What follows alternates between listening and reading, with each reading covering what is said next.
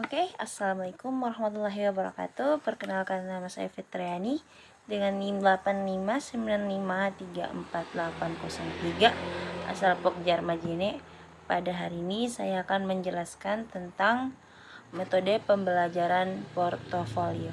Selamat menyaksikan. Portofolio berasal dari bahasa Inggris portfolio yang artinya dokumen atau surat-surat. Dapat juga diartikan sebagai kumpulan kertas-kertas berharga dari suatu pekerjaan tertentu. Pengertian portofolio di sini adalah suatu kumpulan pekerjaan siswa dengan maksud tertentu dan terpadu yang diseleksi menurut panduan-panduan yang telah ditentukan. Dalam model pembelajaran berbasis portofolio, siswa dituntut untuk berpikir cerdas, kreatif, berpartisipatif, prospektif, dan tanggung jawab.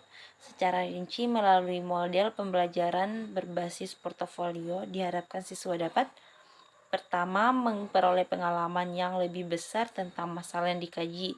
Kedua, belajar bagaimana cara yang lebih kooperatif dengan orang lain untuk memecahkan masalah.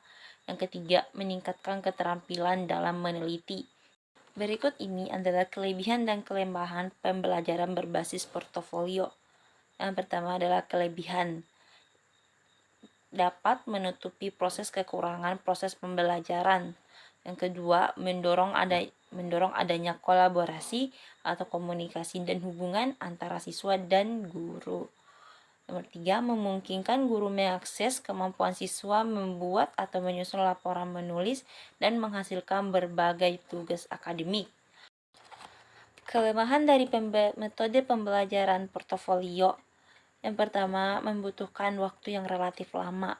Yang kedua, memerlukan ketekunan, kesabaran, dan keterampilan guru.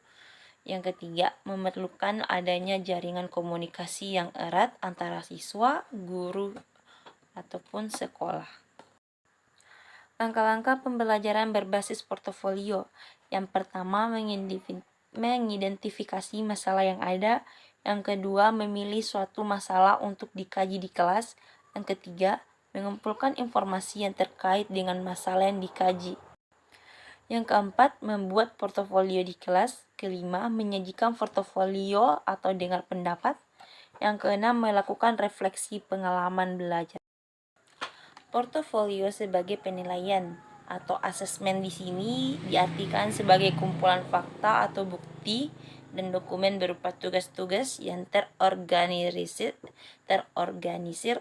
secara sistematis dari seseorang secara individu dalam proses pembelajaran. Selain itu, juga diartikan sebagai koleksi sistematis dari siswa dan guru untuk menguji proses dan prestasi belajar. Dari uraian tentang portofolio penilaian di atas, dapat disimpulkan bahwa portofolio penilaian memiliki karakteristik sebagai berikut. Yang pertama, merupakan karya siswa yang berisi kemajuan dan penyelesaian tugas-tugas secara terus-menerus dalam usaha pencapaian kompetensi belajar. Yang kedua, mengukur setiap prestasi siswa secara individu dan menyadari perbedaan di antara siswa. Yang ketiga, merupakan pendekatan kerjasama. Keempat, mempunyai tujuan untuk menilai diri sendiri. Yang kelima, memperbaiki dan mengupayakan prestasi.